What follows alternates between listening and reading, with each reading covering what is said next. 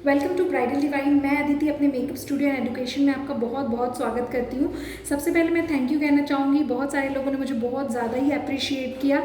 मुझे मेरे बहुत सारे क्लाइंट एंड स्टूडेंट्स ने एक क्वेश्चन पूछा है रिगार्डिंग मेकअप ब्रशेज़ के। हालांकि मेकअप ब्रशेज़ के बारे में जानने के लिए आपको हर ब्रशेज़ के बारे में पढ़ना बहुत इंपॉर्टेंट है अगर आप मेकअप आर्टिस्ट बनना चाहते हो तो।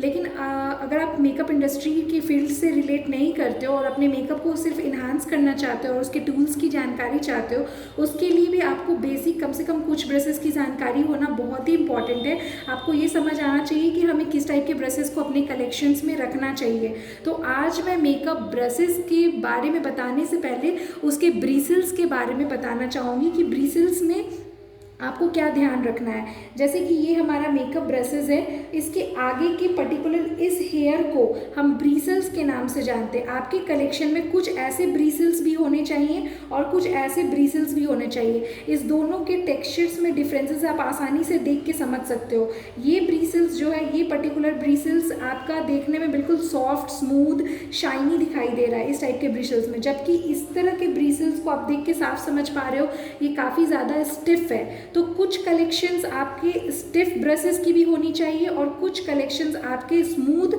और सॉफ्ट ब्रशेस की भी होनी चाहिए।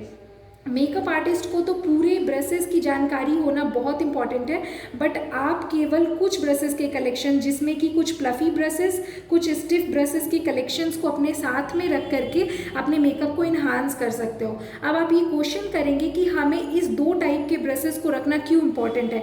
क्या मैं केवल इस टाइप के ब्रिसल्स के 2-4 कलेक्शंस को रख के मेकअप को बहुत अच्छा इम्प्रूव कर सकती हूँ? तो इसका आंसर है नहीं। आपको ये दोनों कलेक्शंस, स्टिफ ब्रिसल्स के कलेक्शंस और आपको प्लफी ब्रिसल्स के कलेक्शंस भी रखना बहुत इंपॉर्टेंट है, क्योंकि दोनों के अलग अलग काम हैं। इस टाइप के ब्रशेस जो आप देखने से साफ अंतर समझ सकते हो, ये काफ़ी ज़्यादा स्टिफ आपको दिखाई दे रहे हैं, इसमें ग्रिप काफ़ी ज़्यादा होती है, ये एक दूसरे से काफ़ी ज़्यादा अटैच्ड, सटे हुए, सिल्की, स्मूथ होते हैं। इस टाइप के ब्रशेस को हम सिंथेटिक ब्रशेस कहते हैं। और इस टाइप के ब्रशेस जो देखने में साफ काफ़ी ज़्यादा प्लफी दिखाई दे रहे हैं, स्मूथ दिखाई दे रहे हैं, सॉफ्ट दिखाई दे रहे हैं, इस तरह के ब्रशेस को हम नेचुरल ब्रिसल ब्रश के नाम से जानते हैं। ये basically natural bristles brush animal hair से बने होते हैं, एनिमल फर से बने होते हैं। एनिमल स्क्वेरिल आप जान रहे हो, पोनी, गोट, इन सारे ब्रशेस। एक सेबल एक एनिमल होता है जो हमारी कंट्री नहीं, रशिया के साइड, नॉर्दर्न एशिया के साइड ये इस तरह के एनिमल पाए जाते हैं। इस तरह के एनिमल्स के हेयर का यूज़ करके, फर का यूज़ करके जो ब्रशेस बनाए जाते हैं वो ब्रशेस नेचुरल ब्रशेस कहलाते हैं। अब आपका क्वेश्चन होगा कि इस टाइप के ब्रशेस का होना क्यों इम्पॉर्टेंट है। इस टाइप के ब्रशेस का होना इसलिए बहुत इंपॉर्टेंट है, ये देख के ही आप रिकग्नाइज कर लोगे, इतने सॉफ्टनेस देख के रिकग्नाइज कर लोगे कि इस टाइप के ब्रशेस को हम नेचुरल ब्रशेस कहेंगे, नेचुरल ब्रिसल ब्रश कहते हैं। आपके मेकअप प्रोडक्ट्स में जाहिर सी बात है बहुत सारे ड्राई पिगमेंट्स होते हैं, like blush, highlighter, compact, translucent powder, eye shadows, बहुत सारे ड्राई पिगमेंट पाउडर्ड फॉर्म में होते हैं। इस तरह के पाउडर्ड कॉस्मेटिक प्रोडक्ट्स को उठाने के लिए सबसे अच्छा ग्रिप जो ब्रिसल्स बनाता है वो ब्रिसल्स होता है पाउडर्ड।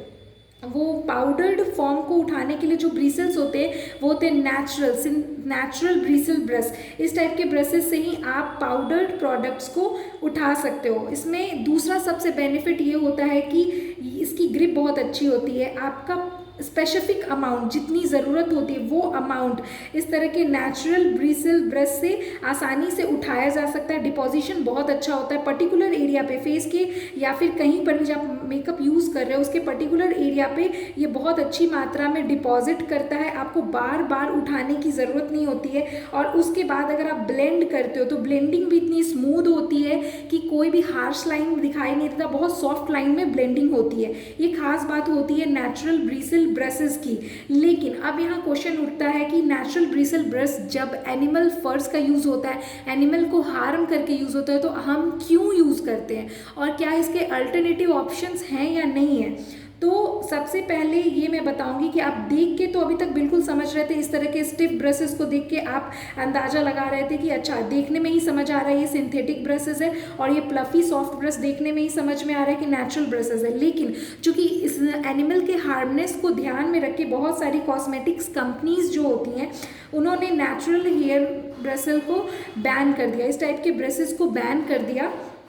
इस तरह के ये नेचुरल हेयर ब्रश हैं, इन्हें ये बैन कर दिया। अब चूंकि ड्राई जितने भी पिगमेंट्स होते हैं उनको उठाने के लिए आपके सिंथेटिक ब्रश यूज़फुल नहीं होते हैं, तो इसके लिए आपके पास पहले मात्र ऑप्शन था नेचुरल ब्रिसल ब्रश। बट अब बहुत सारी ब्रशेस कंपनी बिल्कुल इसके सिमिलर जो ब्रशेस क्रिएट कर रही हैं वो सिंथेटिक ब्रश हो रही हैं। तो यहाँ से कन्फ्यूज़न लिटिल बीट क्रिएट होता है आप लोगों को। अभी तक आप ये समझ रहे थे ये देखने में बिल्कुल स्टिफ दिखाई देने वाली ब्रशेस को आप सिंथेटिक ब्रशेस कह रहे हो, लेकिन अब थोड़ा कन्फ्यूज़न ये क्रिएट हो चुका है कि अब कंपनीज जो हो रही है बिल्कुल नेचुरल ब्रश से सिमिलर जो ब्रश क्रिएट कर रही हैं वो सिंथेटिक ब्रशेस वो भी कहलाती हैं, ये भी सिंथेटिक ब्रशेस है। और इसका क्रिएशन मात्र इसलिए हुआ ताकि एनिमल्स फर को हम लोग सेव कर सके, प्रोटेक्ट कर सके।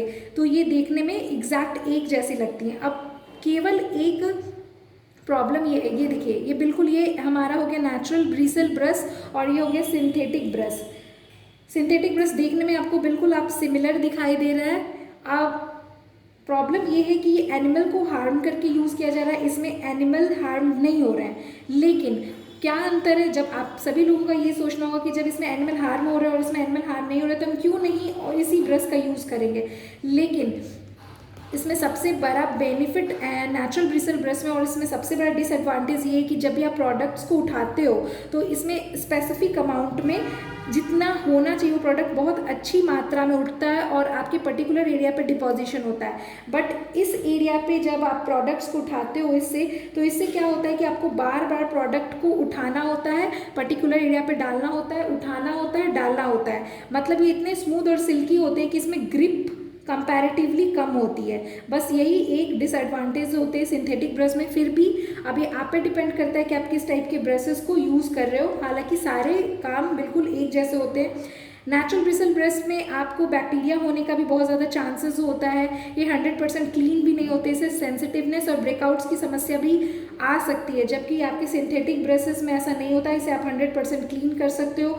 ये इसमें एलर्जी की कोई प्रॉब्लम नहीं होती है, ब्रेकआउट्स वगैरह नहीं आते, आप आसानी से इसे क्लीन किया जा सकता है।